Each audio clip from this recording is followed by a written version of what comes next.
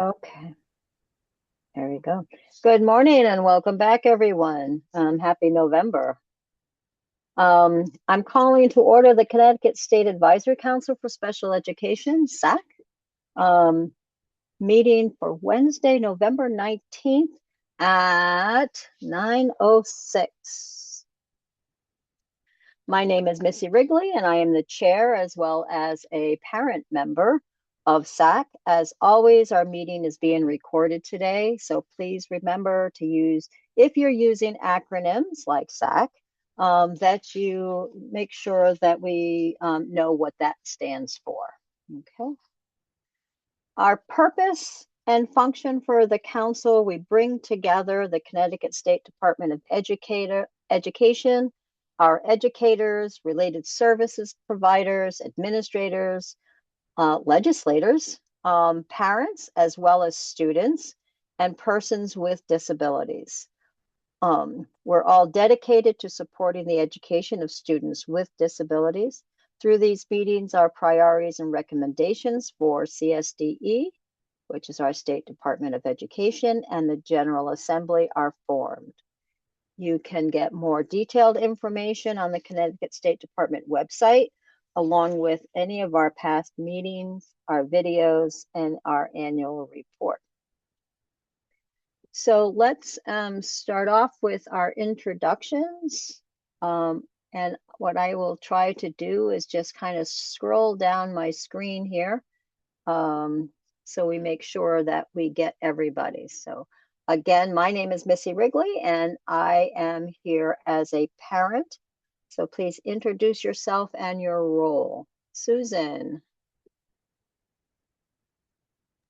Hello, I'm Susan Yankee, and I am a parent member. Nice to see everybody. All right. Christine, would you like to say hi? Hi, everyone. Christine Kilwind, consultant at CERC, and here to support you in any way we can. Okay. Tom? Good morning, Tom Kosker, advocate with Disability Rights Connecticut, the protection and advocacy system here in Connecticut, and I'm also the parent of a child with an IEP. Thank you. Representative Robin? Hi, everybody. Good morning. This is Representative Comey. I represent Branford on the beautiful shoreline. And I'm going to have to jump off just a little before 10 to go to an in-person meeting. So thank you. Glad to be here. Jen? Good morning, everyone. Jennifer Lucier from the Connecticut Parent Advocacy Center. Okay. Oh gosh, everybody moved. Nachi?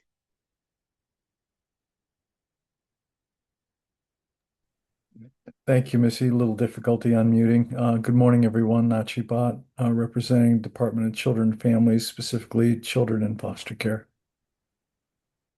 Okay. Brian? Good morning, everyone. Smith. Brian Smith.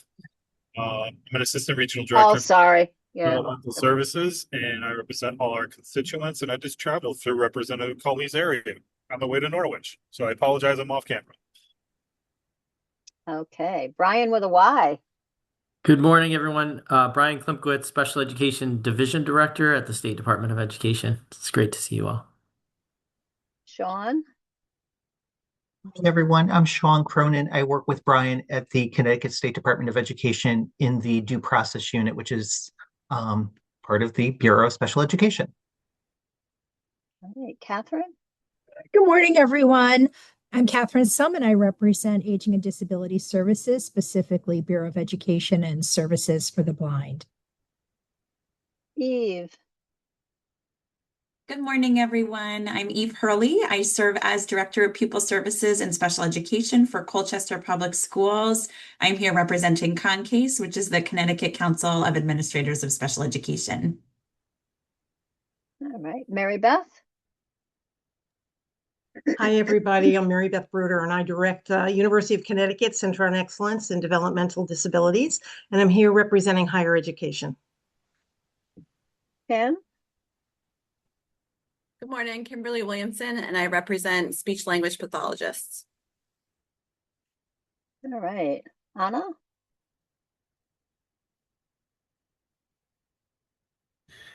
Hello, Oh, God. my name is Evan Simlick, and I'm part of Stafford High School's transition program. Thanks, Evan. Anna? Good morning, everyone. Anna Wittig. I represent state-approved private special education programs. All right. Jeff?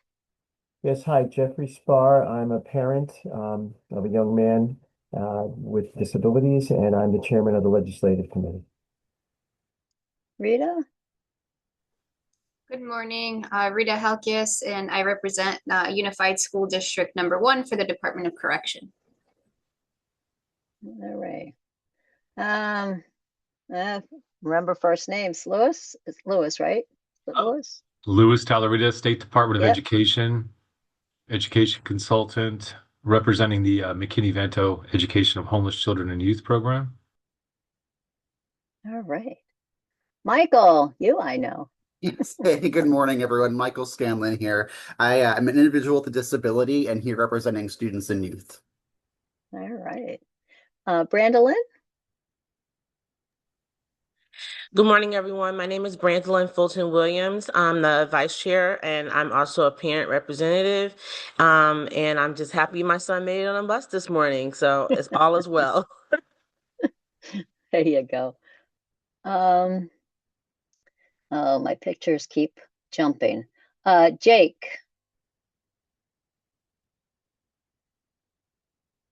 Hello, everyone. Good morning. My name is Jake Shumbo, and I am a young adult with disabilities. Glad you're here. I'm from the Youth Advisory Board as well. Thank you. Excellent. Thank you. Rita, did I call on you already? You did. Okay, thank you. Susan? You're all set? Okay, Lena? Yes, good morning, everyone. My name is Lena Esposito, and I'm here as a parent from my daughter. She's profound autism, and she's 20 years old. Thank you. And John? Hi, my name is Jonathan Metcalf. I am a parent representative. Okay, Lori. Good morning, everyone. My apologies. I have a problem with my my video this morning. I am a parent stakeholder. I'm Lori Fortuno. All right. Did I get everybody? The pictures kept bouncing around, so if there was anybody we skipped, just shout it out. Okay. Well, welcome. We're glad you're all here. Do we have anybody for public comment today? We do not. It does not look like anybody is here for public comment, Missy. Okay. All right. So we are moving along to our October 15th meeting minutes need to be approved. Do we have any corrections? Catherine? Hi, I noticed a couple things. Further down in the notes where I was giving BESB updates, I believe it says we have hired people under a DSAT, ending in a T. It's actually DSAP, DSAP as in Peter. So that should end in P. And then I have a question about the attendance. And perhaps I missed something. It didn't seem like the attendance was that robust at the last meeting, but perhaps I missed a number of people who participated online. But I'm pretty sure Tyler Young was not there, and I see he's listed. So I'm just not sure about everyone else who's listed as present. No, thank you, Catherine. Actually, so I was going to put it in the email body, but I held off. So I did reach out to Lauren. She captures the attendance, but she was out in October. So Linda took the attendance, and the sign-in sheet and everything was at the office. So we will get that corrected. And if you do, like Tyler, I did write down, but we're going to double check that before posting Great. onto the website, Okay. just to let you know. Okay. So yeah, that was it happens when people are out and other people do something. But we will correct it, I promise. Thank you. Great. Thanks, Christine. You're welcome. Susan? Hello. Just under old business, if you would go to, I believe it's 8, can you just add under the ad hoc bylaw operational procedures update, the goal under the goal, can you just add complete bylaws? Because we do not have, because we haven't finished tackling the operational procedures. Just a little teeny correction.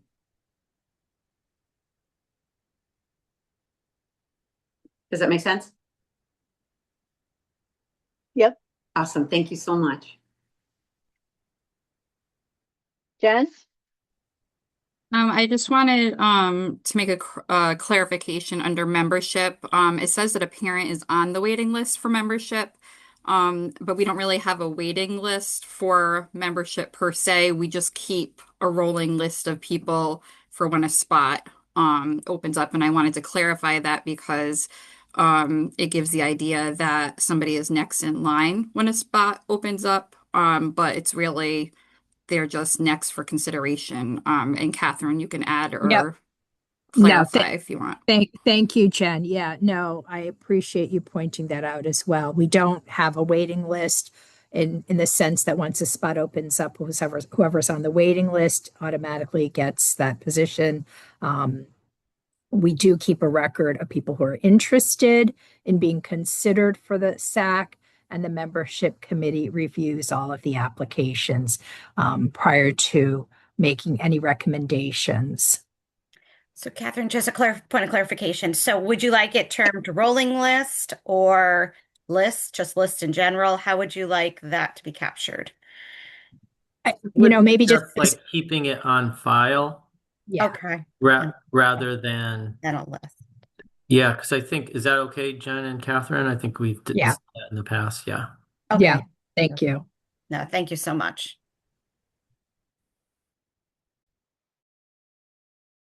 And sorry, I have one more thing. Throughout there are a lot of acronyms that we didn't spell out. So if we're gonna list them, like LEA, MLL, I think PBIS. So if we could just go through them, any of them that aren't spelled out, if we could do that for the public, if we're going to have it in the minutes. Thank you.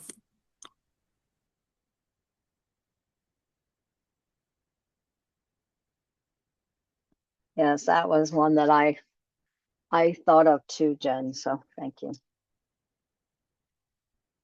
Okay, any other corrections? All right, I need a motion to approve with corrections made. So moved. Tom, Second. Lena? Lena. All right. Anybody who was absent that is abstaining? I think that would be me, Representative Kobe.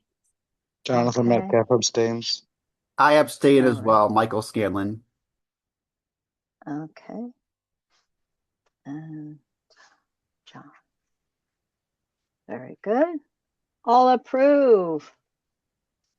Aye. Aye. I'm seeing fingers and thumbs going up in the air here, so we're good. Approved with corrections. Thank That'd be you. 26 minus your abstentions, whatever your abstentions were.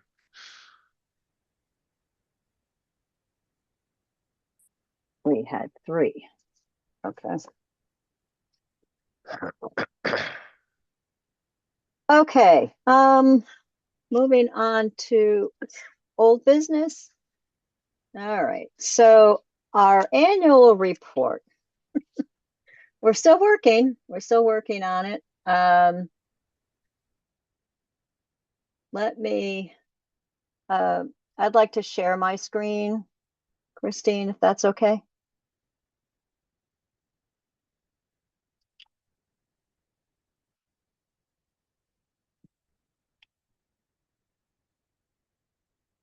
Okay.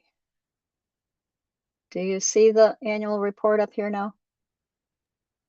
Yeah, just make it way bigger if you can, Make it way bigger. at least for me.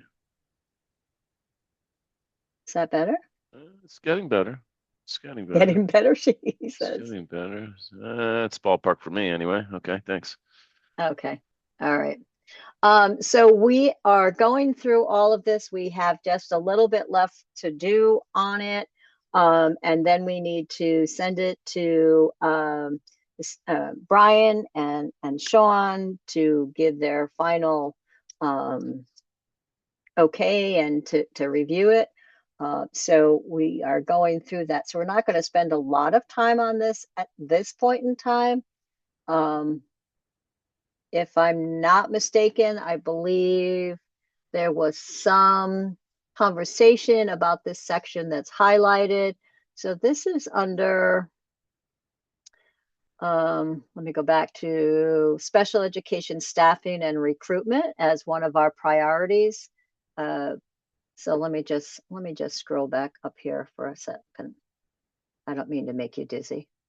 All right, so our priorities, and we'll have more conversation about that in the future, but least restrictive environment placement continuum was one of the priorities. We had special education staffing, recruitment and retention. And then we had special education, social emotional health, and meaningful parent participation in PPT meetings. So those were the areas that the 4 areas that we had established as priorities. And we will finish addressing the recommendations and move forward with that. Okay. There was some conversation in this section here about developing stronger collaboration between CSDE, Bureau of Special Education, and institutions of higher education. Creating a program that will hire juniors and seniors in college as paraeducators, provide them with reduced tuition credit towards classes. All right, any of the group want to comment on why we highlighted that? Missy, it's Susan. We wanted to know, we were highlighting because we were discussing including private institutions. That's because quite a few of them have education programs, and we wanted to ask Brian and SDE if they were already doing that kind of collaboration before we put it in. If anyone else can remember if that's exactly what we were saying. I think we were talking in regard to getting an inventory of how many graduates there are to do some projections of what Connecticut schools would need versus who is graduating with an education degree, a special education degree in particular, and licensure, and planning whether they're going to stay in the state, which would mean doing some conversations as well as maybe even a survey to all the education programs. There's not that many who do special ed. Mary Beth, could you kind of just put that in the chat and then we can copy that and we can sure work on that wording because we have a meeting right after. Yep, I will do that. Thank you. I'm busily writing, but I might have missed something. Thank you so much. And then Mary Beth, I think a lot of our questions were for you. The next one too, I believe as well. Yeah, and that was just, I'm sorry. No. I was just going to say that was following some national models as well as some school districts here in Connecticut that are partnering with higher education programs to bring people into the schools earlier, give them some funding, which we know one of the incentives to get students to go into special ed or any degree program in higher ed is to help them with the funding that it costs to get in. So it was to explore that and see, and that could be kind of like a secondary if we get some type of inventory of what's happening in these higher ed, special ed programs, then we can see if anybody's doing anything innovative. Unless SDE, Brian, if you know, I know Bristol's partnering with Central. I don't know if you know if any others formal partnerships like that, meaning the kids who come into Bristol Public Schools who are in Central are getting credits and I think pay. And I also remembered when they started it, they wanted to give them a job, like a guaranteed job when they graduated. I don't know if that's still happening. So it's kind of time to do a lay of the land and find out what we're doing to help this national project, but really focusing on Connecticut needs.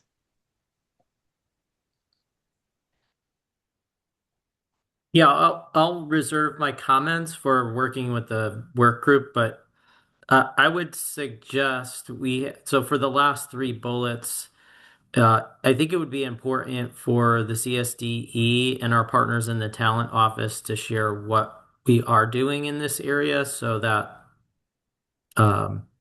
it's specifically related to recruitment and retention for the special education needs as well as the paraeducator needs.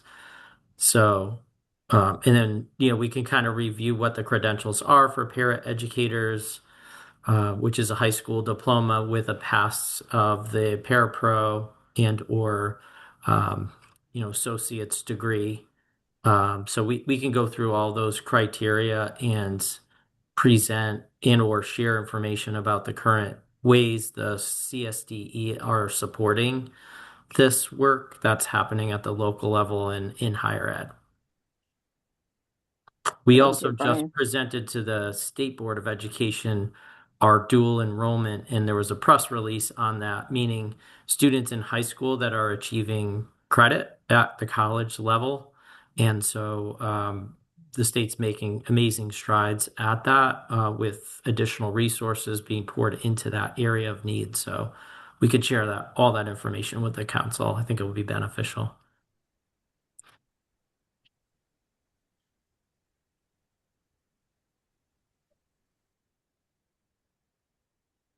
Okay. Anna?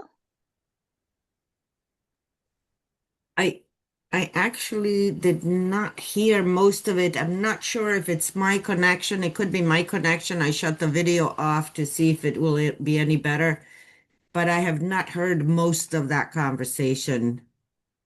Just wanted to note that. So basically what we're going to be doing is when the group comes together, Brian will meet with our group again. He's going to touch base with CSDE and the talent office, get some clarification on what's happening with recruitment, just get some finalized pieces that's in there, what's already being done. And then we will work forward with that. Thank you. All right. Any other thought? I know we're not going to show it all to you now because there will be way too many questions. So we will finalize this. We will, we'll finalize it in draft format, and then we will have conversation with Brian and Sean, CSDE, and the rest of the group, and we will move forward with finalizing these recommendations. Okay. So more to come, more to come. All right. Now, what we will have conversation about is our bylaws. So, can we see those? Oh, now I can see everybody's face. There we go. There we go. Yes, Missy, can we make it just a little bigger, if you don't mind?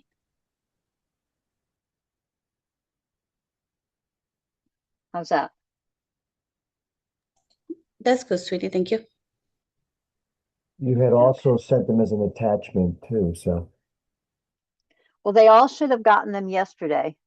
Christine mailed them out to everybody yesterday. So you all should have that. But Christine, maybe you could put them in the chat in case for some reason they can't locate them. We're not voting on them today. We just wanted to take a minute to review with you because we have to give you 21 days in order, I think it's 21, according to the bylaws, we have to give you a certain amount of days to review before we actually vote on it. So we just wanted to share this with you, just quickly show you and update you on the updates that were made to the bylaws, and then give you time between now and our meeting in January, and we'll take the vote in January. Okay. So just going through, this was 22 years because that's what the new legislation is. So we changed that, we updated that. No updates with this. We had membership. We updated Brian's title. Can we scroll back to the membership? No. I'm sorry. I mean, are you looking for input right now, or are you just looking to show us quickly and we'll give input later? If you have some specific input, I guess we can take it now, but we're not voting now, so that's fine. No, right. No, that's cool. Because I'm just looking at the version that you guys sent, and you added on section 1, paraeducators, which is great. And the 1-year term just seems so quick. Like, I feel like we blink our eyes and a year's gone. So that's just something maybe to consider. No, that's the right one. You have the right one. It's just, okay. It looks like this got to see the little red lines on the left. You have the edits hidden, the line edits hidden. But yeah, so just like serve a 1-year term, and I know be extended for an additional year, which is cool. It's so quick, right? I feel like you blink your eyes and a year's gone. So anyway, just something to consider, maybe extending that a little bit, certainly, especially for the paraeducators who have a little more consistency in their, students are kind of graduating, moving on, but just a thought. Okay.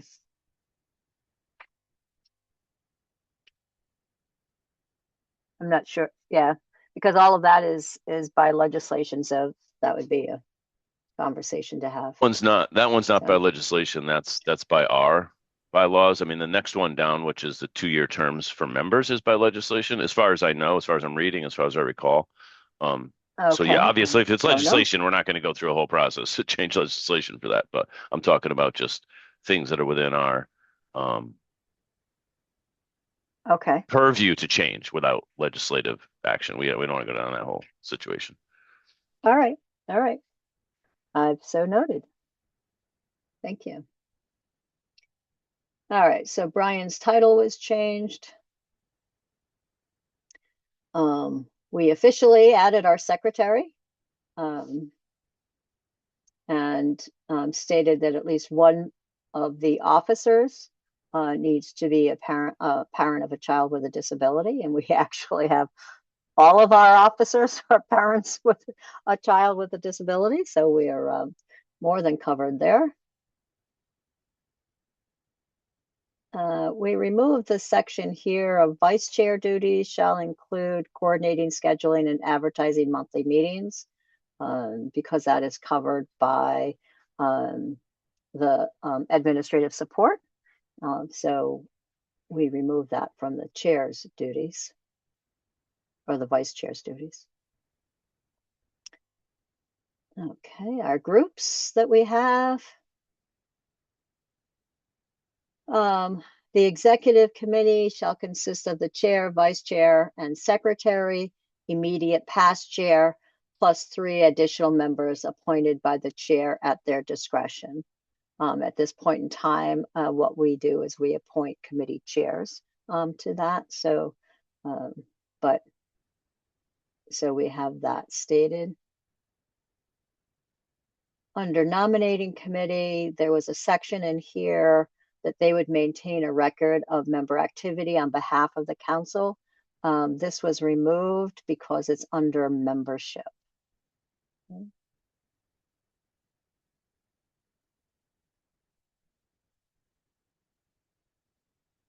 The membership chair, in conjunction with the chair of the councils, shall solicit from appropriate educational organizations to help fill vacancies prior to the end of the calendar year.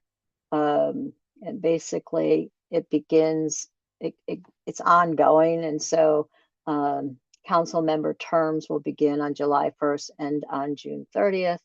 And so it's just,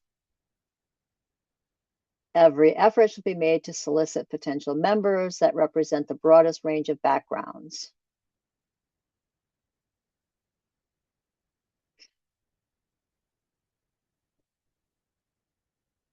Okay. All right, with the exception, this was in here, but it didn't have a section number, so we just added the section number. So with the exception of the chair and current council members, ad hoc committee members are non-voting members of the State Advisory Council. The link was added. The council operates meetings in conformance with the Connecticut Open Meeting Law. So a link was added for that, if you would like to learn more about that. And the latest revision of Robert's Rules of Order shall be what governs the meetings. And I put the link to Robert's Rules of Orders, but I also put a link to Cornell's simplified version because I thought that was much easier to understand.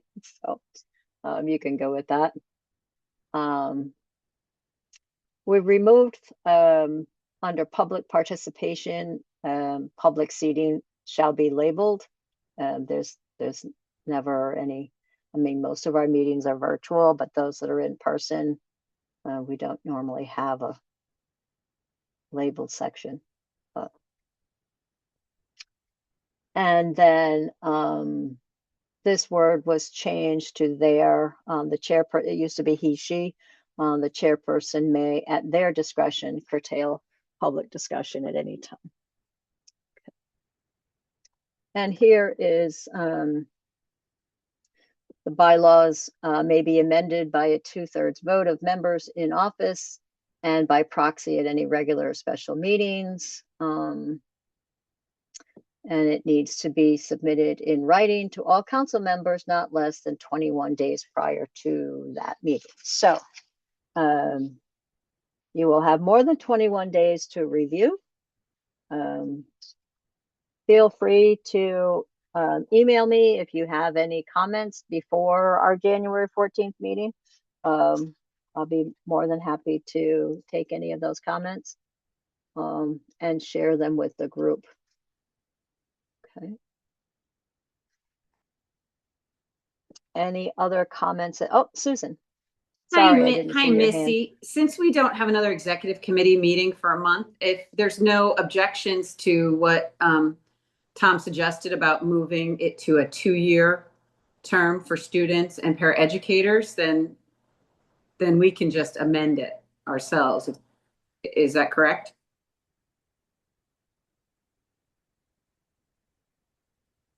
And then you can get the bylaws out. I mean, I see no reason why. I mean, again, this is all just draft form right now. So I was just trying to make it consistent and better for all of us to not be scrambling nonstop to get people. I agree, Tom, especially since it's so hard to get through all the meetings and the membership and nominating, et cetera. Yeah. We get in a paraeducator a year, 1 more year, 2 years, and we're like, okay, we need a new one. Like, it's just so quick. I mean, I just, oh, sorry, go on, Brian. All right, Catherine, I was going to say, as long as you just need to work towards for that, which, the committee will, full council will be voting anyway, but for the folks who had worked on this, right now it's listed as 1 year with an additional approved. So are you suggesting 2 years with an additional approved, which would be 3 years? Or I mean, my suggestion was to make it longer because it's just quick. But a 2-year term with a second 2-year term doesn't seem unreasonable to me. But I mean, I defer to the group that worked on it. So again, you can get us this I know you said, Susan, you don't have an executive committee schedule, but as long as you get us this 21 days in advance of January 14th is when it really needs to get to us.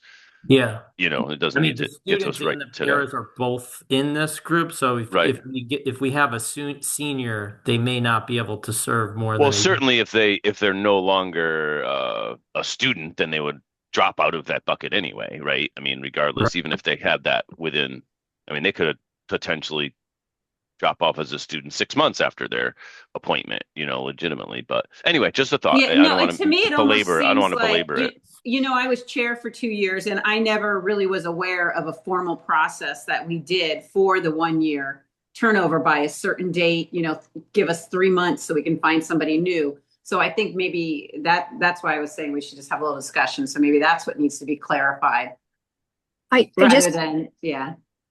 just want to add, in particular with the student representatives, the students have very busy school schedules, and we've always had wonderful and currently have a wonderful student representative on the council, and everyone's so conscientious. And they're first and foremost worried about missing classes to attend the council meetings. But I think the SAC is very understanding about that.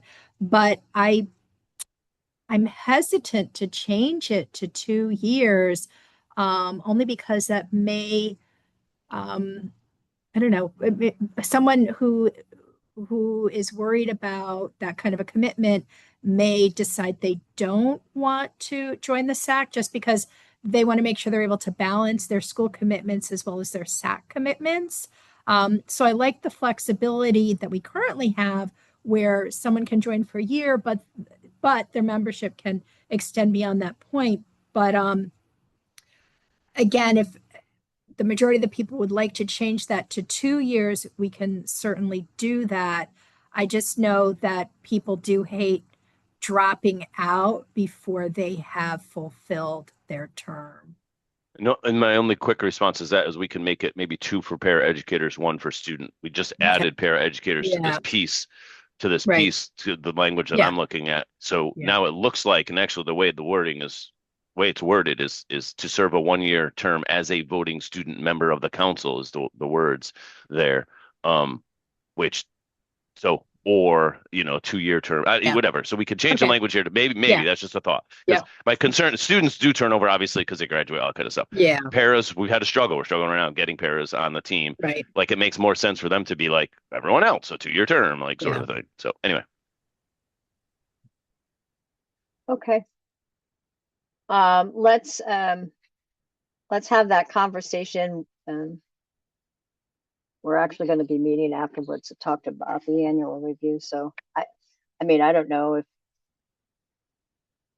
so I'm going to put paras to keep student.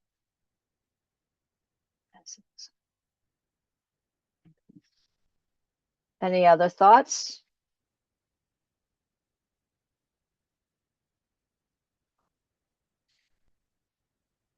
Okay.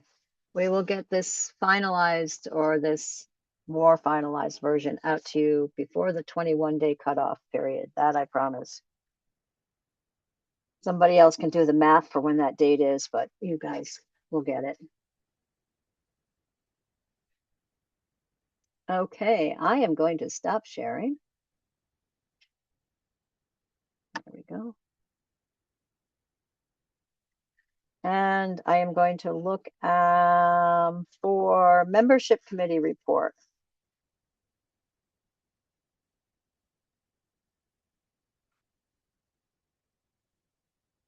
Any updates, Catherine? Yeah, sorry, I was locked. Okay, so we still have some vacancies on the SAC. We have 3 legislative vacancies. We have 3 student vacancies, and the membership committee is working on meeting to review a student application. And we have 1 paraeducator vacancy. Other than that, we are fully, I want to say stocked.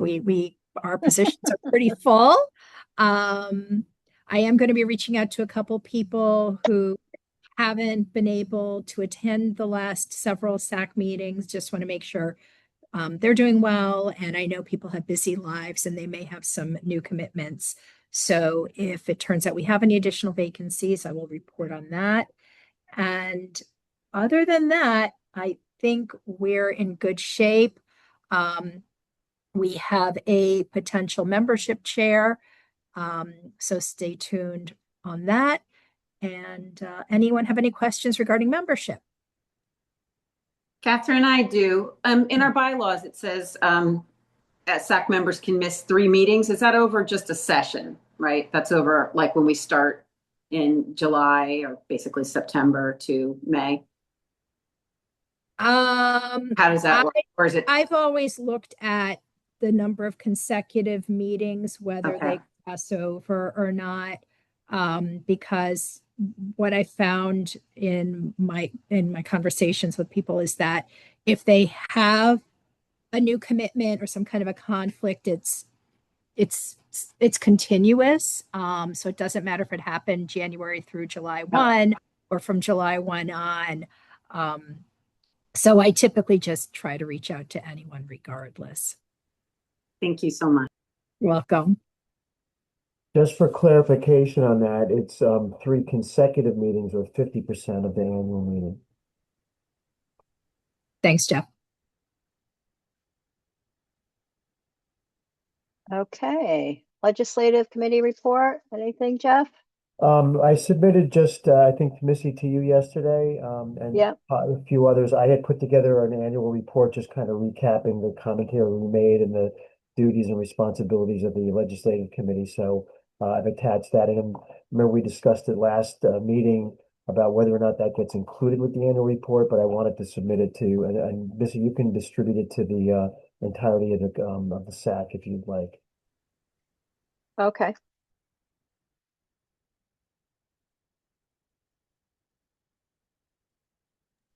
Representative Comey, are you still on? Are there any updates legislatively? I know that a new autism bill was just passed. Dan raised his hand. Oh, I'm Dan not- did. Oh, I didn't see that. Okay. I'm not sure. Maybe Dan can help. Yeah, basically we're just still in kind of the legislative prep period, reaching out to committee chairs to see if there are any bills that are introduced. But it's the bill that passed during special session was a children's behavioral health bill to help with kind of mental health services. So that was part of special session. And other than that, just basically, if you have any ideas, any suggestions, get them to the committee chairs as soon as possible. Okay, thank you. Yeah, this is Tom. Could I just chime in quick? I'm sorry. Tom? Yeah, I'm just going to chime Oh, in there real you quick. are. Yeah, so just a couple things. One, I second what Dan just said. Like if we do have any of our recommendations available to them, they're, as Dan and Robin can speak to, they're talking now. These committee chairs are talking now, and they're going to get things kind of teed up before the holidays.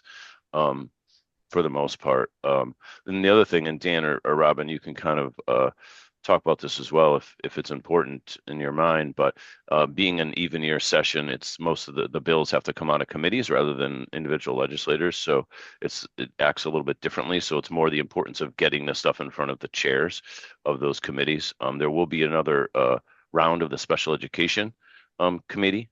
That they extended that for another year, so that's helpful to our cause and the work that we're doing here. So if there's things that we want to get in front of them, as far as I know right now, it'll be the same 2 chairs as it was last year, Senator Gacker Wilcox and Rep. Khan. So that's just a couple thoughts on that. And the last thing I'll say is, as part of the legislation that got passed last year, HB 5001, one of the pieces in that was an expansion of this Bergen Commission, BERGIN, Bergen Commission, which got tasked with doing a bunch of stuff around special education. And that commission actually is starting to meet now, and they have some openings both for parent members. So I just saying that here with all the parents that are on this call, if they're interested in being part of that Bergen Commission, which is doing some kind of, it's a legislatively appointed committee and commission, and they're working to do some research. And there's a bunch of stuff in that last bill that they're supposed to be looking at over the next year or so. And they have some openings for some special educator teachers as well. So if folks are interested, you can connect with actually Rep Miriam Khan is the one that's chairing that Bergen Commission, and I can give you emails of people that you need to connect with to try to, if you're interested in that. So thanks. Thanks, Tom. Okay, looking at time, we have 9:51, so we're running short on time. So Brian, it's you next, and then roundtable. Do you want to go to roundtable real quick before yours, or would you like to go right to your report first? Totally your call, Missy. We're happy to go either way. It makes little or no difference to me. I know you said you had quite a few slides, so. Sure. Why don't you? I could lead off, and that might lend into the updates for roundtable. Okay, sounds like a plan. All right. Brian, do you want me to share slides, or are you going to share on your end? I could share it. That'll be easier to click along as we go. Okay.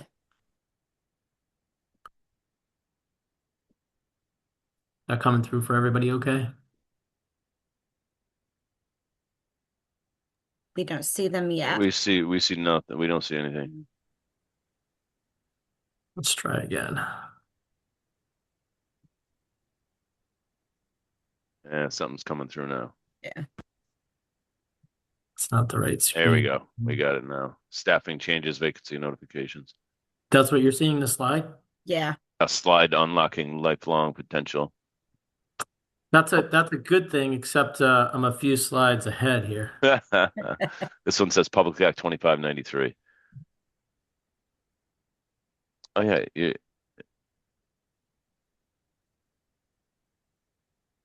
Let's try that again. It's a nice looking slide deck you got here. How we doing, Tom? Now you're on the title slide. Bureau of Special Education update. All right, there we here go. Good morning, everybody. As always, it's a pleasure to be on with you and give you an update from the Bureau of Special Education. Just a few updates, which you may already be aware of, but we have the new draft autism eligibility worksheet that's being posted for public review. So if you haven't had an opportunity yet to view that document, there's some links included here. It's also posted on our website. We are receiving information and feedback on that new document, which will replace the previous worksheet that we've had in place once published. So this survey is open for another couple of weeks through the holiday here until the end of the month. Once we receive that feedback, we'll be doing a review, make any adjustments if needed, and then publish for use. So we're excited about that, getting additional tool in place to our planning and placement teams moving forward. Just to let you know, we're in the reconciliation process with our local school districts. And so they're adjusting their IDA Part B grant for what's called a reconciliation period, which means we have the actual amounts from OSEP and those calculations have been made. What we do to start the year with the IDA grant is ask our LEAs to complete the grant using last year's funds. And then there's a reconciliation period that happens in the fall. And so that is coming to a close next month on the 5th. So our grant manager, Alicia, and our 619 coordinator, Renee, are assisting and supporting our school districts in making those adjustments. A couple of notes around our general supervision system. This graphic should be familiar to you. We've used it several times, but this reflects the 8 different components of our general supervision system. I just wanted to share, I will not go through all of these. You have a copy, or you will have a copy of the slide deck, but wanted to just celebrate and acknowledge the great work that's happening at the local level and within the Bureau of Special Education and across our departments at the state collaboratively. that respond and result from this general supervision system. And so just to highlight a couple of things for our integrated monitoring activities, those have started again this year. We've been in districts already doing parent interviews thanks to our collaboration with CPAC on that, our classroom observations, reviews of IEPs, as well as prior written notice and service verification of student IEPs. We are also fortunate to hold interviews with staff during those visits as well. And so those are underway, and those are part of the cohort 3 school districts that are in part of our cyclical monitoring this year. A continuation of integrated monitoring here. We're very excited that our public transition program standards are in the final stages of approval, and we'll be starting our on-site visits for standards to review standards within the public transition programs that are happening. These are programs that support students that have already achieved their high school credits and are working on secondary transition, either towards post-secondary education, employment, independent living. And so we're excited to support our school districts in those standards and what that process will look like. We're collaborating with CERC, our partners from CERC, to be able to do those visits and support teams to make sure that our programs are of the highest quality, that are supporting our oldest students on the older end of the spectrum. I just want to say that maybe somebody from SAC should be part of those site visits just to help out. I'm just saying. Thank you, Missy. Always love when you volunteer others live on camera. That's excellent. I was volunteering myself, not others. Okay, great. Appreciate that. Around our technical assistance support and training, we are ramping up. Believe it or not, we're already thinking about next year. We just held an on-site collaborative meeting with our partners at CERC to discuss what our current sort of general supervision system entails, and then reviewing data and information to help inform us on what our activities, what are the pressing activities and needs that our local school districts and parents have, and then moving into next year. So we're hopeful that the State Advisory Council in your annual report can help advise the state also, and whether it's in the report or not, reach out to us and let us know what areas of training and support are pressing, from your representative group's perspective. We held a meeting case that they get together, their executive board meets on a monthly basis, and Nikki Hendry from CERC and I shared the same information that we're really looking to, before the holidays, understand what the needs are moving forward. And you can read the additional activities that are happening around technical assistance and training. Our dispute resolution system, Brian. you can see. Yeah, Tom. I'm sorry, just so before you get too far along. So just a couple thoughts if it's okay. To Missy's point, you mentioned the site visits of these public school transition programs. Yes. Who are part of the site visit team then? To Missy's point, volunteering herself. Like who are the people? I can guess who they are, but it'd be better if you just tell me who they are. Yeah, it's the CSDE and CERC as our extended capacity. Okay, so you guys, it's the CSDE team that does them. In addition, then you have some of the CERC folks tap in and partner on that. Yeah. Okay, I know, because I know with some of like the APSEP, for example, recertification, I might be using the wrong terms, but approval process, right? You use, or part of that team is often other APSEP folks, right? Like, I know, like. Yeah, a different APSEP program and an LEA director. Right. So I didn't know. That's why I was just curious with that public transition program site visits. I didn't know if like those were included, other educators at public programs, but it's it's exclusive, you're saying, CSD staff and CERC staff that Correct. does those. Okay. Yeah, but we haven't put the process in place yet. The first step Okay. is the standard, so the process is Yeah, being, yeah. like we have it flushed out and developed. So Yeah, yeah. this year in the spring, we'll likely establish, it'll be a new process for the State Department of Education as well as for our LEAs and programs. Yeah, yeah. And so we we'll we'll kind of take input or seek input from you all in those processes to ensure that we're meeting the needs of the legislation. Yeah. But yeah, for the APSEP, which is a little bit of a different process in that they're being approved, the PTP programs are not being approved. What we're reviewing is those programs to ensure that those standards are evident in these programs. And then we're in areas where the standards aren't present, we identify that with the district and the program, and then they're able to address that moving forward. So Okay. it's different than the APSEP where Yeah, we're, no, certainly. Yeah, Yeah. certainly. That makes sense. No, I appreciate that. And to the extent that we can include the SAC in those conversations, I know Missy and I'm sure others of us have, thoughts on as that process gets developed and rolled out in Yeah. the winter and spring.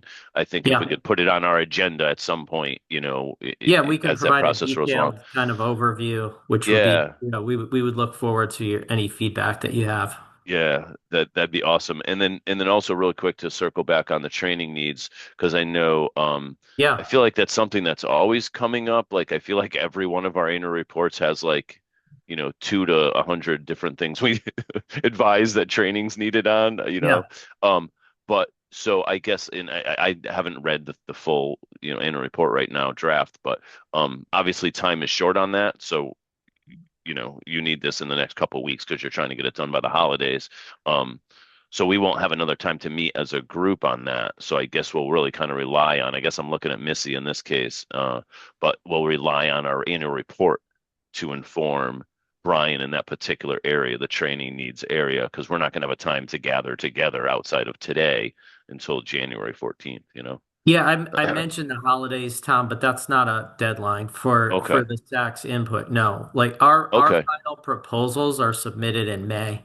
Oh, So okay, good. yeah, Okay. yeah. So So we're maybe we just can put that on the agenda for January then. Yeah, absolutely. Okay. It's kind of Okay. like a local school district budget process. It I feels like got you. once No, we pass the I hear previous you. budget, you're kind of already thinking moving forward about next I year. totally understand that. Totally understand. Yeah. I just wanted to make sure that we have time for ourselves as Absolutely. a SAC to, maybe in January again, put it on our calendar to kind of dig into that piece of it. Our public report or whatever, our annual report will be set and kind of out the door, but then we can dig into that particular piece for you to make sure we get you the right input on that. Yeah, and we can carve out, perhaps at one of our full day, we could carve out our proposals with our RESC Alliance partners and our current proposals with CERC. So you could see the areas and kind of the priority and what data are driving those decisions and which pieces of the general supervision system they're connected to. And Yeah. then we can, make any adjustments as needed. But we're always looking for input, suggestions, ideas. And we at times we put surveys together, and those are, a survey is great, but it's only as great as, folks have time to complete them and fill them out and get them back to us. So for the council, I think it would be worthwhile if we find some time in the agenda to dive in a little bit deeper. Yeah. That's great. And I think it comes naturally, like you said, with the priority discussions. It So, does, because we yeah. always come up with those. Like I Yeah. feel like for the many years I've been on this SAC, like it seems like we're always a lot of recommendations are we need training for the paras, we need training for the, there's always those things. Yeah. So let's lean into it. You're asking now specifically, so Yeah. I think that's great for us to do that. So thank you for that. I You're see welcome. John's got his or Jeff, excuse me, he's got his. Yeah, Jeff, go ahead. Excuse me. On the reporting on the IEP forms that were filled out, I know Connecticut was Yeah. in the forefront, and that they were distinguishing and noting when there was ADHD rather than just OHI. Do you have any materials on that as far as what the prevalence percentages have come out to be? We do. Yes. Could that be sent to me? Because I'm also on the the Public Policy Committee for Chad, the ADHD thing, and I know they were very interested that they were excited that they're actually kind of impressed with Connecticut. I know they were very happy when there was the proposal of inserting the 504 protections. That was the legislation last year. And so if you could do that for me, they really liked the fact that that was that. And they're patting us on the back. Absolutely. Yeah, we have a breakdown by disability category that we can send you, including OHI, Yeah, ADHD. that'd be great. Thank you. You're welcome. Other questions or comments? Feel free to jump in whenever as we're going through this slide or as that sparks questions or ideas. Just a quick comment too here on our dispute resolution team. And you could see here that even though that's a specific area of general supervision, it really touches many areas, including training and technical assistance that come from themes. I wanted to give a shout out to Mary Beth, who was able to support us in some qualitative research over the last year with our dispute resolution specifically related to our complaints, in helping us identify the themes and the areas of need that are coming to the surface. We have what's called a differentiated monitoring and support team that meets and reviews the information, which then helps inform the technical assistance and training. So the last slide here, just on achievements and oversight, here related to our fiscal work. You can see some of the areas. We have many new grants that we're standing up this year. The SEED grant, which is Special Education Expansion and Enhancement, where districts have received their first payment around that. We continue to support that process and the application that will be built in the upcoming weeks. And there are additional competitive grants that are in the works, including students who have IEPs that have trauma as part of their backgrounds. And a little bit later in the next year, and the application will be out later in the spring, are inclusive programs for our school districts that will be supported through a competitive grant. So moving on to LEA determinations, we talked a bit about this during our last meeting. But for those of you that just need the refresher, each year our LEAs receive what's called an annual performance report. On that annual performance report, we also issue a designation for the LEAs, which is either meets requirements, needs assistance, needs intervention, or needs substantial intervention. And they're based on our indicators, which we report to the federal government. There are some compliance indicators that are part of that, and then there are results-based indicators that are included.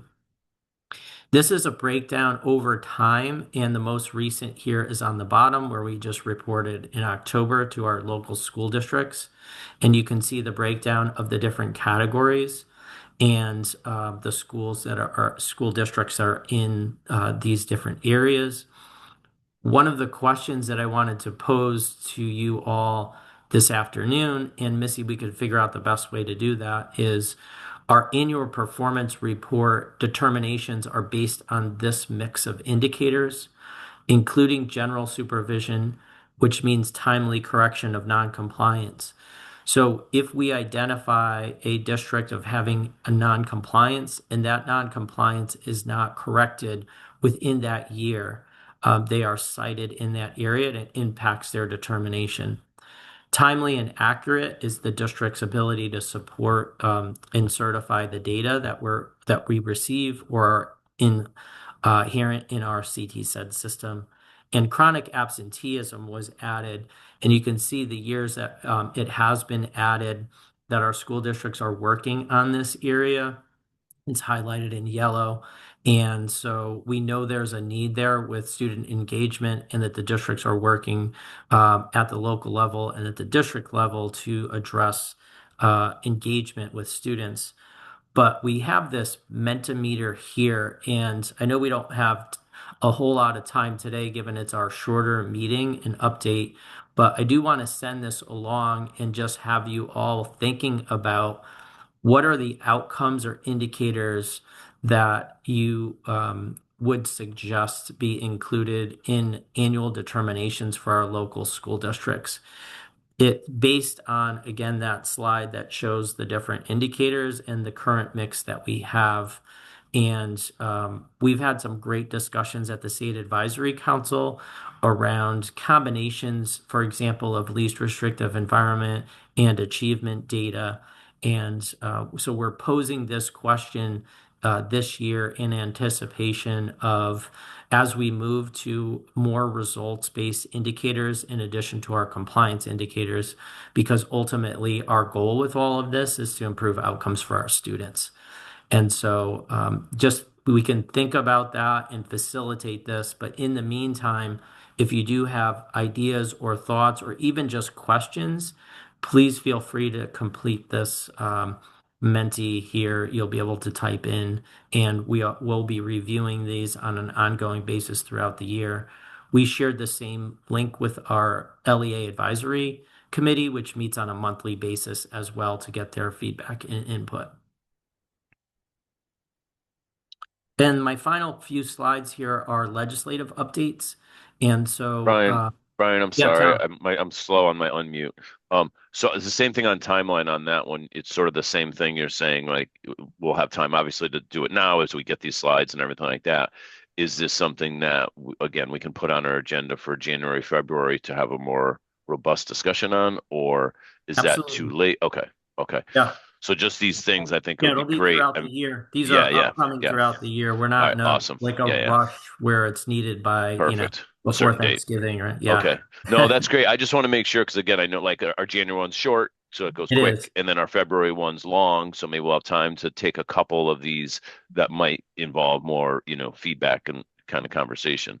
Yeah, and I think it's hard to, and you've mentioned this a lot too, Tom, that it's hard to kind of on the spot Exactly. Yeah. understand. And so I think we can, in the meetings, we can put some visuals together as well as some options.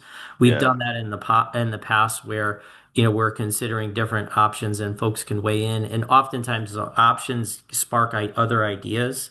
And Yeah. so that's something that we can do. Yeah, it does. It's gotten tricky where it's like, here's a bunch of stuff. What do you think? And you're like, Mhm. what? It's like a fire hose, Yeah, right? And you're like, it's I a can't lot. even think about it right now. So like, Yeah. this is helpful because now you're giving it to us now. We can look at it. We can think about it. But even and then the holidays happen. We'll forget this in January. January Yeah. 14th, I'll forget everything we said today.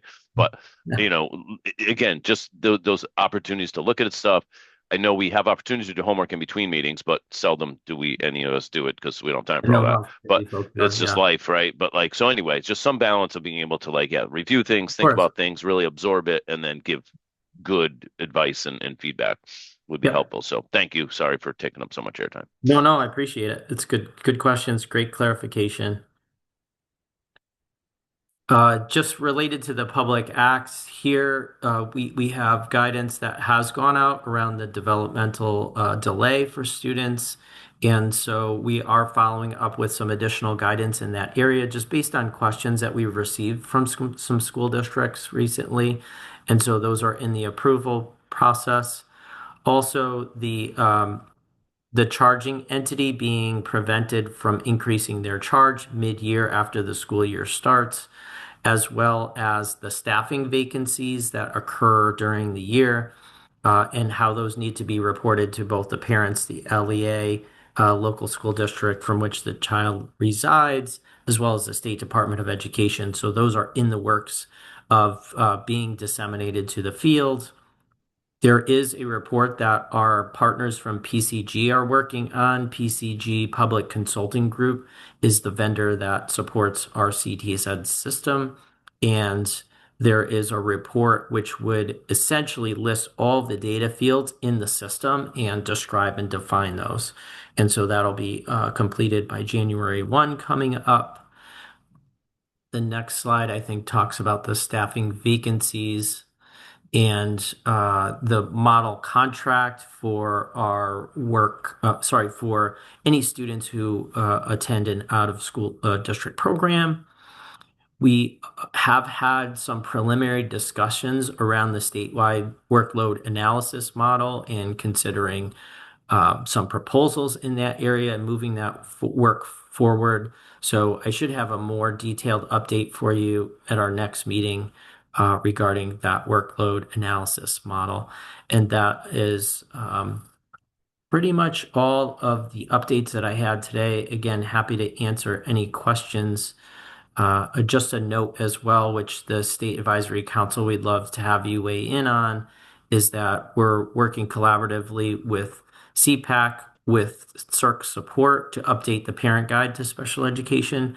That was another legislative requirement, which we do have a guide in place, but we're looking to figure out different ways to get that information, whether it's through technology or other means, in the hands of parents as well as educators, and so and ensure that information is accessible. Brian, one of the things we had one of our Special Education Advisory Council district meetings, planning meeting yesterday, and one of the things that came up about the parents is just, the form before, during, and after the PPT meeting that's on the website. Yes. I think there's strong interest in getting that updated so that parents have a better understanding of the PPT process and what that looks like. So if we're updating a parent guide, I think putting that in there and updating that would be a really, really good thing to do. Correct me if I'm wrong, Jen. I think that is updated.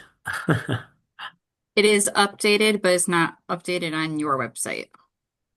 Okay, that's an easy. Oh, well then can you send me the updated one? Yes. Yes. I can. Thank you.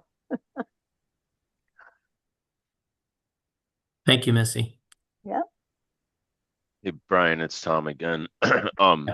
Thanks for all of this. I know that you guys have a lot to do always, and this was a particularly heavy lift as far as Public Act changes this past session.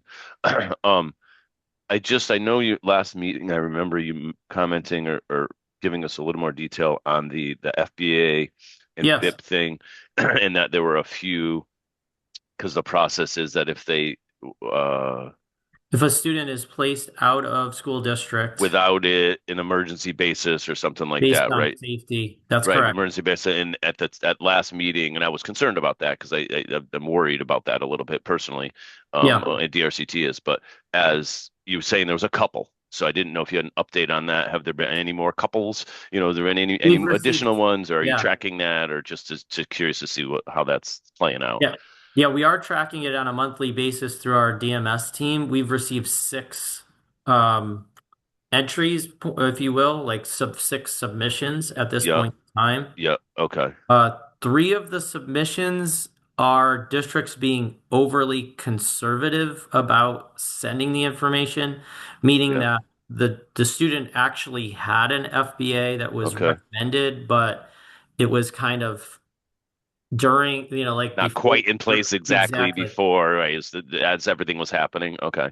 Yeah, so I think consciously it's been good to help teams like identify that continuum of supports in the where it relates to communication and behavior.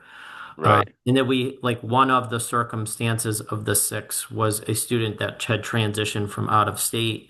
So they've been pretty unique circumstances, and we haven't received a high volume at this time, but we continue to monitor and look to say, it sounds like we need to clarify some of the legislative language and use that to kind of drive information moving forward. But right, in terms of guidance that you might be providing, you mean exactly on that particular item. Okay.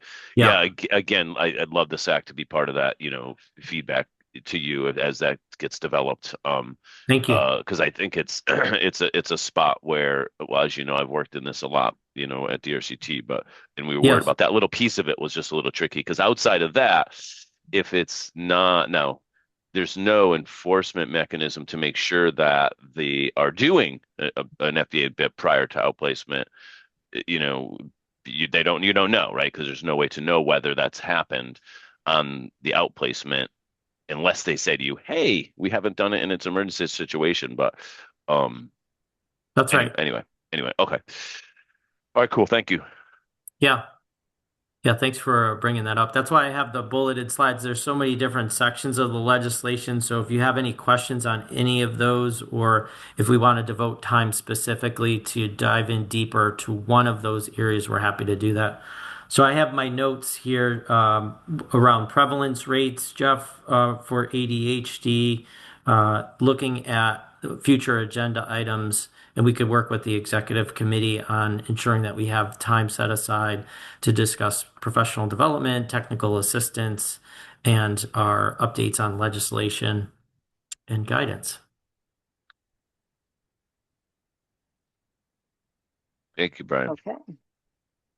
Absolutely. I have those notes as well.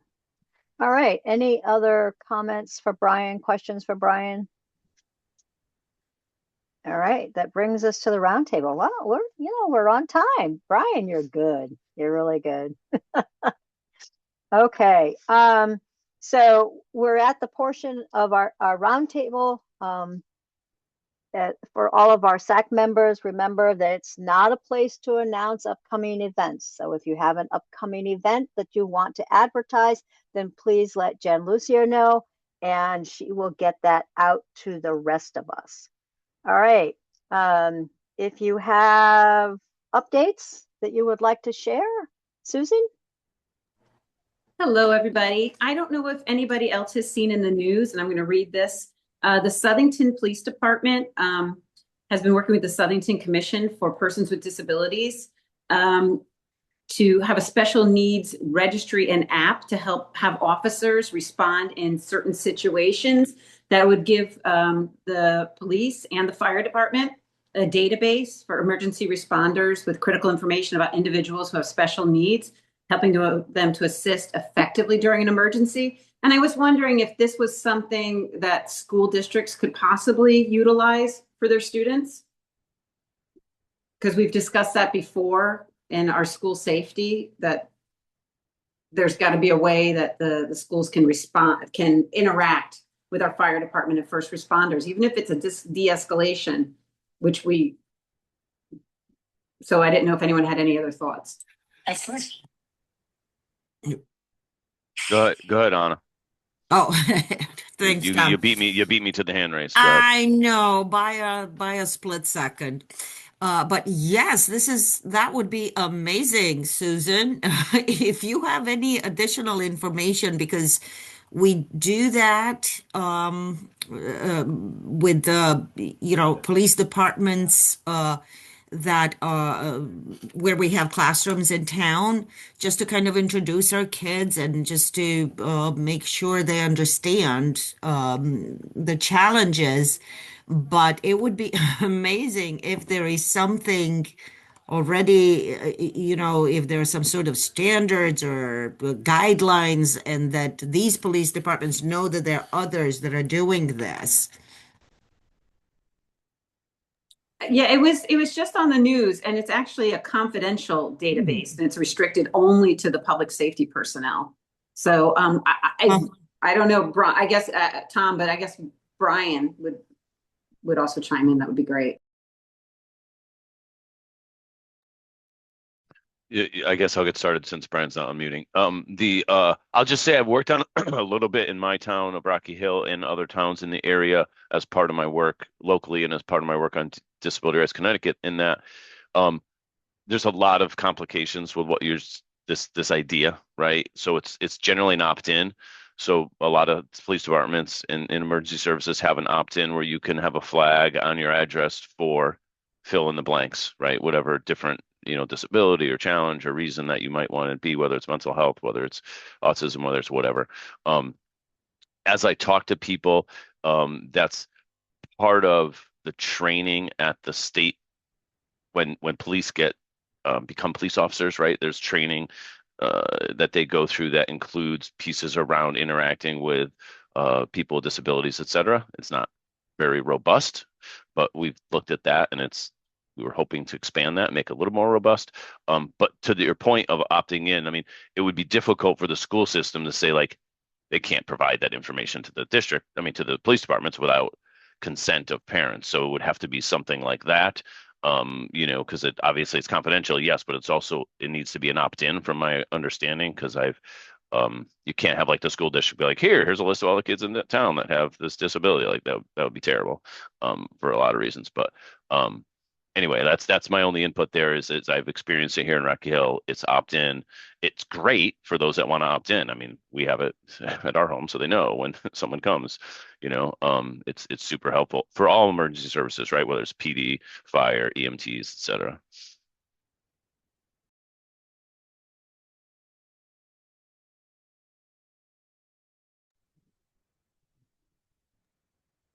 Susan, Okay. you mentioned my name, but I'm not sure. I just didn't know if you were Exactly. aware. I just want to know if you were aware of it, because I know Yeah, different groups have been trying to search for some sort of easy technology. And even though opt-in, I mean, IEPs are opt-in, right? So I just didn't know if this was, since this technology and app has already been developed and tested, if this is something that could be looked into and shared with school districts, or, you know, I don't know, because that would be almost be at Department of Emergency Management, Homeland Security level, right? yeah, and at the local level as well. So the school districts, you know, and the relationships that they have with their law enforcement and emergency services is critical, you know, because the towns are structured a little bit differently.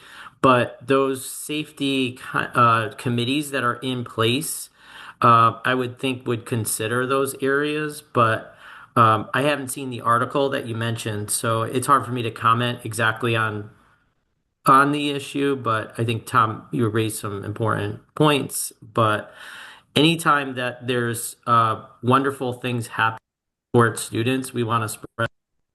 And so we look for those opportunities to at least ensure folks are aware of, you know, the new technology or resources that help keep our kids safe. So from the state perspective, we're always happy to share that information. I just wanted to follow up on the article that Susan's talking about, the news story, just to let them know that the town brought that with a lot of opposition. So it is there, but it is not wanted. Can I jump in? I apologize. I can't figure out where to raise my hand. I have a small laptop I'm working on. Two things. In regard to the emergency services, each town does have an emergency services appointed manager. And that might be something, Tom, I'm thinking our DD network might want to do. We haven't visited this in about, probably before COVID, we had done an inventory for folks. The second thing, and I hate to end on a really negative note, but yesterday I listened in to a White House briefing that was all of 10 minutes, run by two young women who announced all the changes at the Department of Ed as they move towards closure.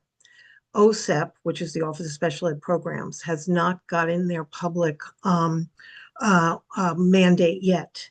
But what they announced is that most programs are going to other agencies, such as K-12, are going to the Department of Labor. Post-secondary is going to the Department of Labor. But what I want to just bring everybody's attention to, because I think now more than ever, we have to be a voice of reason, is that these two women were gleeful about how badly the Department of Ed had done, made comments that have appeared in public, such as, we just finished a shutdown.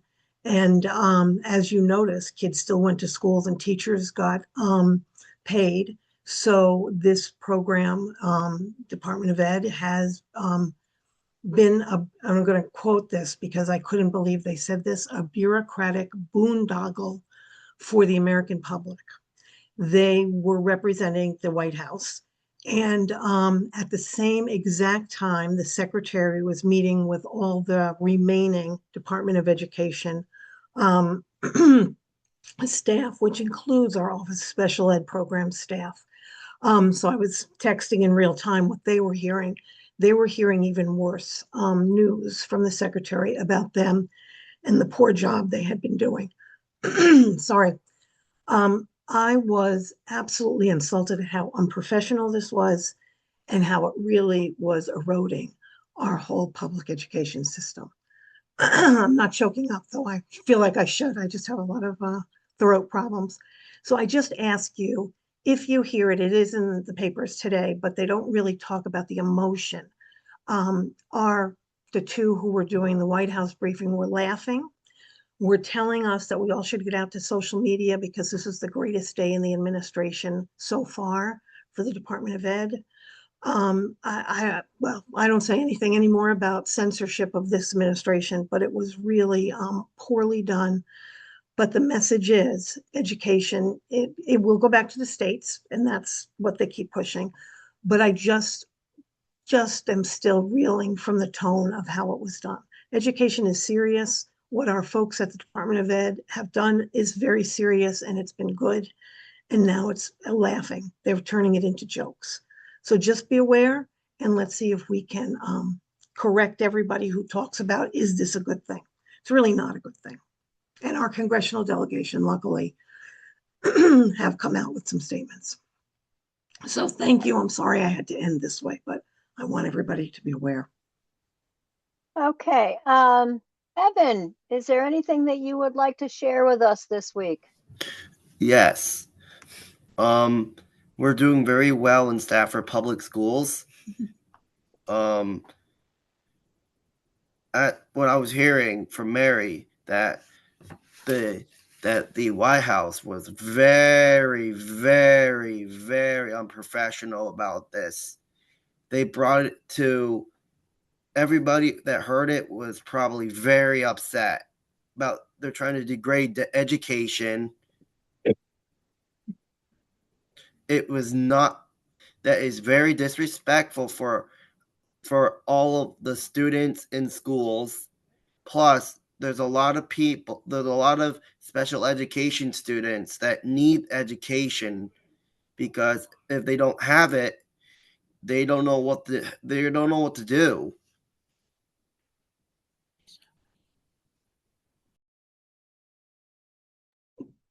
Can we just correct, special ed students will still get their special education. It's just a different infrastructure. So I don't want you to worry about that. All The right. state and Brian will make sure of that. Yes. I've been noticing that the whole government is trying to help us out.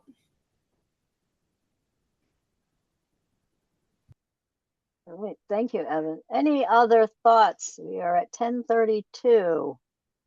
Anything else on our roundtable? Hey, this is Tom. I don't really have anything, but just wanted to ask, are we, because I've said enough this meeting already, were we thinking about our February being another, I think we talked about LOB, CIRC combination or correct combination meeting or something, because that breakfast was so successful last year. So I didn't know if that was still in the works. Still in the works. We Okay, are, because good of enough. legislative session, haven't heard back from Kess, and unfortunately, CREC is not available. So are in works and talking and trying to find space. Gotcha. Okay, thank you. Lori? Hi, Missy. This is something that's just I've been hearing and hearing more of that I just wanted to throw out to the team to think about doing something about.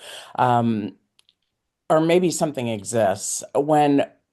Is there a checklist that the Director of Pupil Services or whoever facilitates the IEP or the PPT meetings has at certain stages of the progression of a student to basically know what services and resources a parent could or should be looking at?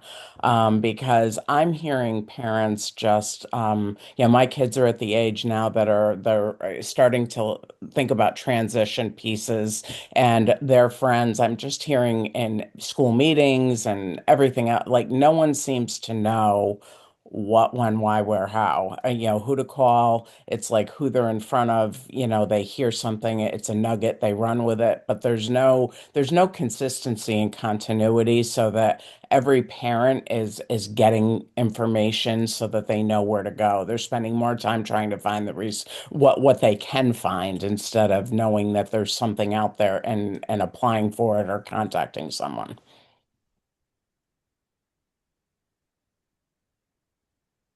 Lori, this is Well, I don't. Go this ahead. is Brian. Just jumping in really quickly. The Transition Bill of Rights is what I That's would what, direct parents to. We've updated that very recently, and there is a direct link to adult agencies. That's kind of a one-stop shop options for families, and those are required once a student turns the age of 14.